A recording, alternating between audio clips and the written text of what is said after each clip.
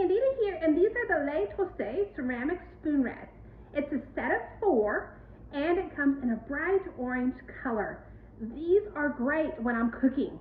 I like to use different spoons so that way I don't cross-contaminate anything, but it's always a pain when I don't have a spoon rest. I don't want to lay the spoon on the counter and make it dirty. I use ceramic spoon rests every time I cook.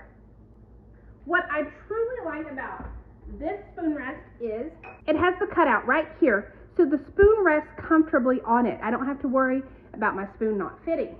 As you can see here, I've got my wooden spoon, I've got my spatula, and so it just fits nice in that groove.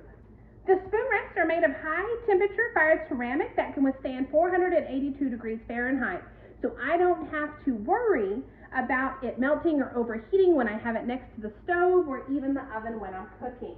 I can wash these by hand, or I can simply just put these in the dishwasher. So cleanup's a breeze, which I am all about.